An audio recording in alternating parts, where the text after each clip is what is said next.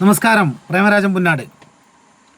അപ്പോൾ ഇന്ന് കോഴിക്കോട് 2.5 വയസ്സുള്ള ഒരു പിഞ്ചു കുഞ്ഞിനെ തെരുവ് നായ കടിച്ചു കീറി.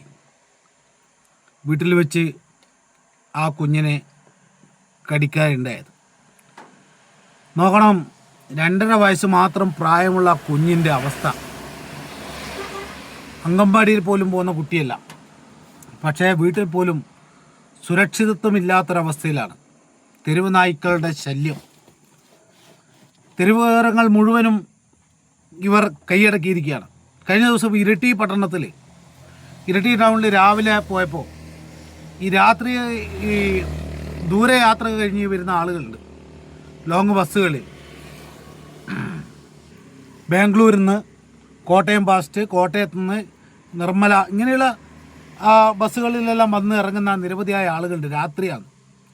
അവിടെ ബസ് സ്റ്റോപ്പിലൊക്കെ നിൽക്കുന്ന സമയത്ത് അവിടെ കുറേ ഇതുപോലെ രാത്രി കാലങ്ങളിൽ ഉണ്ടാകുന്ന കുറേ തെരുവ് നായ്ക്കൾ. കഴിഞ്ഞ ദിവസം ഒരു ബൈക്കിൻ്റെ പിറകിൽ ഓടുന്നുണ്ട്. ബൈക്കുകാരൻ കഷ്ടിച്ച് രക്ഷപ്പെട്ടതാണ്. അതിന് മുന്നേ ഒരു ദിവസം ഒരു ബൈക്കുകാരൻ്റെ പിറകിലോടിയിട്ട് ബൈക്കുകാരൻ പാളി നിലത്ത് വീണു. അതിൻ്റെ അദ്ദേഹത്തെ ഞങ്ങൾ ഹോസ്പിറ്റലിൽ കൊണ്ടുപോയി. ഞാൻ അന്ന് ഫേസ്ബുക്കിൽ കുറിച്ചിട്ടുണ്ടായിരുന്നു. തെരുവ് നായകളുടെ ശല്യം കൊണ്ട് സ്കൂള് അവധി കൊടുക്കേണ്ടി വന്നു ദിവസങ്ങളോളം അതിനെ പിടിച്ചു കെട്ടാൻ വേണ്ടിയിട്ട്. എൻ്റെയൊക്കെ ചെറുപ്പകാലത്ത് സ്കൂൾ പഠിക്കുന്നതൊക്കെ കാലഘട്ടത്തിൽ ഇതുപോലെ നായ്ക്കളെ പിടിക്കാൻ വരുന്ന ആളുകളുണ്ട്. പട്ടിപിടുത്തക്കാരുണ്ടായിരുന്നു. അതിനെ ഒരു സാധനം വെച്ച് പിടിച്ച് അതിനൊരു ഇഞ്ചക്ഷൻ ചെയ്ത് വിടുന്ന ഒരു ഇതുണ്ടായിരുന്നു. പക്ഷെ ഇപ്പോൾ അതും കാണുന്നില്ല. എന്നാൽ കോടതിയുടെ നിർദ്ദേശമുണ്ട്. അപകടകരമായ രീതിയിൽ ഉള്ള പട്ടികളെ അതിനെ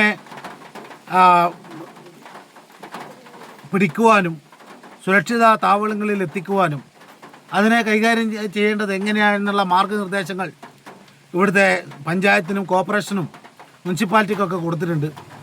അതുപോലെ തന്നെ ഈ പ്രേമികൾക്കും അതുപോലെ തന്നെ അവരോട് കൃത്യമായിട്ട് പറഞ്ഞിട്ടുണ്ട്. മനുഷ്യന് അപകടകരമാകുന്ന രീതിയിൽ വന്നു കഴിഞ്ഞാൽ അതിന് നഷ്ടം അവർ കൊടുക്കേണ്ടി വരുമെന്ന്.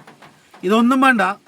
ഈ മൃഗസ്നേഹികൾ, പട്ടിയെ സ്നേഹിക്കുന്ന ആളുകൾ, നിങ്ങൾ എല്ലാവരും ഒന്ന് ഇറങ്ങിയിട്ട്, നിങ്ങൾക്ക് ഇതിനോട് ഭയങ്കര സ്നേഹമാണല്ലോ, അപ്പോൾ അതിനെ പിടിച്ച് ശേഖരിച്ചിട്ട് ഒരു കേന്ദ്രം ഉണ്ടല്ലോ, ജില്ലയിലൊക്കെ ഓരോ കേന്ദ്രങ്ങളുണ്ടല്ലോ, ആ കേന്ദ്രത്തിലേക്ക് കൊണ്ടുവിട്ട് അതിനെ പരിരക്ഷിച്ച് അതിനെ ABC സംവിധാനവും കുത്തിവെപ്പും കാര്യങ്ങളൊക്കെ നടത്തി.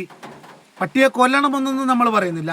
പക്ഷെ ഭീഷണിയായിരിക്കുന്ന പട്ടികളെ എന്താ ചെയ്യേണ്ടത് എന്നുള്ള കോടതിയുടെ മാർഗനിർദ്ദേശം നടപ്പിലാക്കേണ്ടതാണ്. കാരണം ഇങ്ങനെ പിഞ്ചു കുട്ടികളെ അവരിനിയും കാലങ്ങളോളം ജീവിക്കേണ്ടവരാണ്.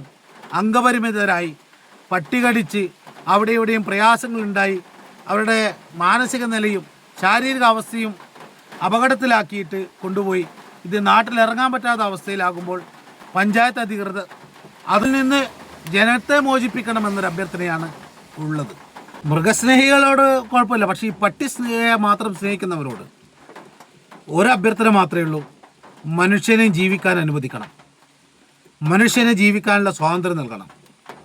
അവരെ അപകടത്തിലാക്കുന്ന അവസ്ഥയിൽ നിന്ന് മാറ്റി നിങ്ങളുടെ വീട്ടിൽ മറ്റുള്ളവർക്ക് അപകടകരമാകാത്ത രീതിയിൽ എത്രയോ പട്ടികളെ വളർത്തിക്കും.